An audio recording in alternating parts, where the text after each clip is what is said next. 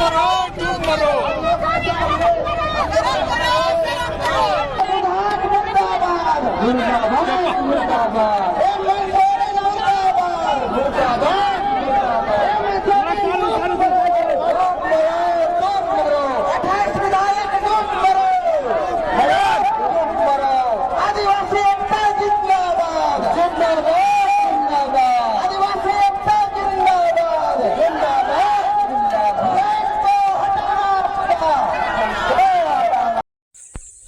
तो जोहार के तबन सनाम गाते को और मिटंग नवा वीडियो रे जत को जोहार गे तबे यार गाते को अब थोड़ा दिन लहा रहा मिटंग वीडियो बन नेलेदा जहाँ अड़ी जस्ती वायरलोग कान तेना जहाँ शराब नीति लगुआ मेनते और तिहिन हाँ गाते को सारी हाँ शराब नीति लगुना और नित बन नेले कान गया शराब नीति अड़ी जस्ती गी लगु गी मेना नित हों और ओना लगु कखेन तिगी हेमंत सोरेना नोडे पुतला अकालका चप्पल कोते को थापाय कना आपे लहार नॉय वीडियो क्लिप सापे नेल के तबन गया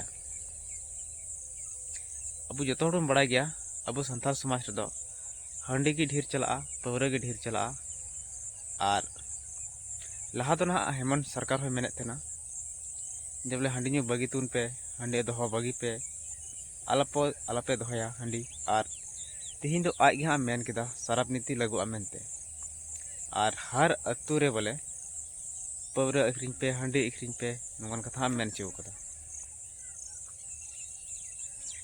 तबे दिया वीडियो बन नेला जे बोले ओना लागू कखेनते ओकालका पब्लिक को रिएक्शन दा उनी चितार रे ओकालका को मेने कना तो हाँ नोआ वीडियो बन नेला एखे मुचे धबी अबुन बुचा सनम कथा ना और दिलांग बुन ओना वीडियो बन नेल गे जा दो हेमंत सरकार हाँ जहाँ दो आया पुतले चितान रे एकालका को आक्रमण दा ओना बुन नेला तबे दिला ओना वीडियो बुन नेल का लगी। अभी हमारे समाज में हमारे माननीय मुख्यमंत्री हेमंत चाचा एक नया नियम लेकर आए हैं। क्या नियम लेकर आए हैं? दारू, खूब दारू पियो। गांव-गांव में ठेका खोलने का प्रयास कर रहे हैं। गांव-गांव में ठेका खोला जाएगा, किसका नुकसान होगा? किसका नुकसान होगा? कौन बर्बादी की ओर बढ़ेगा? सिर्फ और सिर्फ आदिवासी समाज।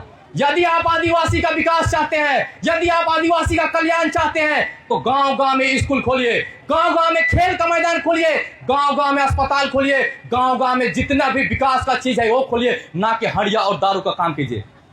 हड़िया दारू से ऐसे भी हमारा समाज त्रस्त है, उसको और तोड़ने का प्रयास मत कीजिए।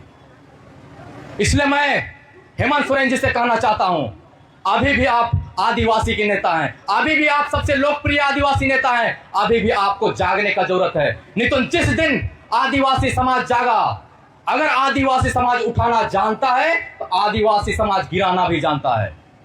इसलिए हम आपको चेतावनी देते हैं, यह सिर्फ मेरी बोली नहीं है, यह हुंकार है और यहां से उलगुलान शुरू होने वाला है।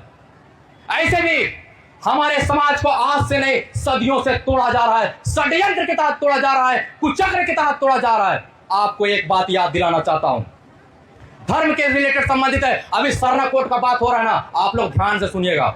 जब हमारा देश आजाद नहीं हुआ था, कब का बात है, जब हमारा देश आजाद नहीं हुआ था, जब जनगणना शुरू होता है 1871 में, तो हमारे जो सरना धर्म मानने वाले का कोलम हुआ करता था, हिंदू, मुस्लिम, सिख, ईसाई, जैन, बौद्ध और आदिवासी एनिमिस्ट के नाम से एक धर्म कोड हुआ करता था।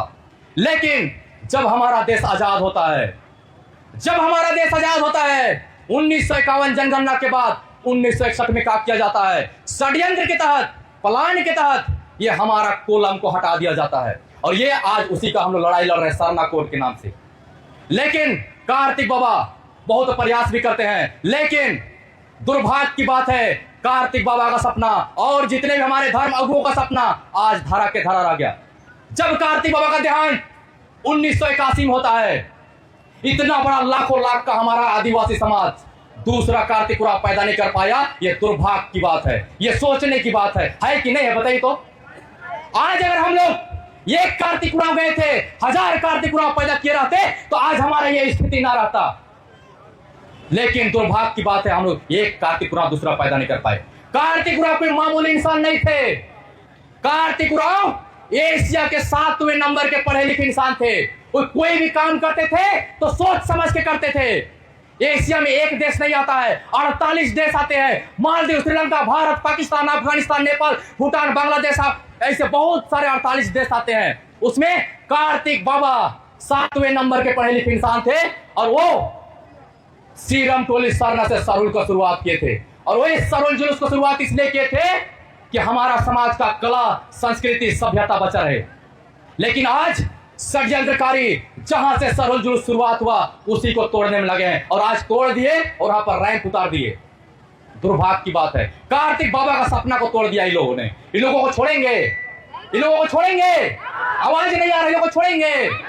कैसे छोड़ सकते हैं? जो कार्तिक बाबा का सपना को लोग तोड़ने का काम किया है उसको छोड़ देंगे का? ऐसे छोड़ देंगे? नहीं छोड़ सकते ना। और ये झारखंड के नेता, ये जो गद्दे के हुक्मरान है, ये जो सत्ता के हुक्मरान है, इसको मैं एक चेतावनी देना चाहता हूं। झारखंड के मालिक तो हम हैं, झारखंड में 40% खनिज भी है, लेकिन हम लोग यहाँ के मालिक होते हुए गरीबी की स्थिति में जी रहे हैं।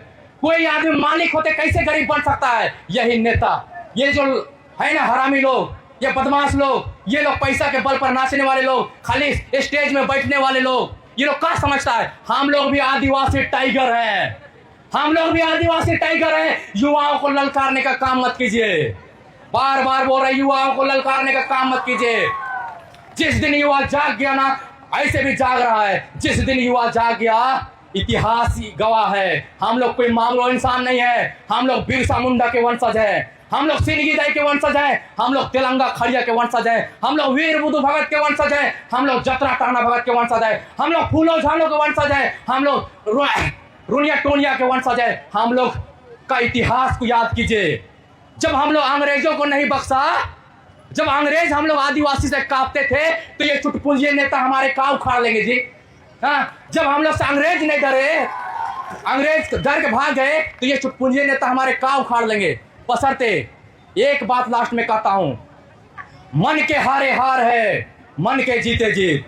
मन के हारे हार है, मन के जीते जीत। हार गए जो बिल लड़े उन पर है धिक्कार, हार गए जो बिल लड़े उन पर है धिक्कार। ये बात हमारे युवाओं के लिए है। जोहार।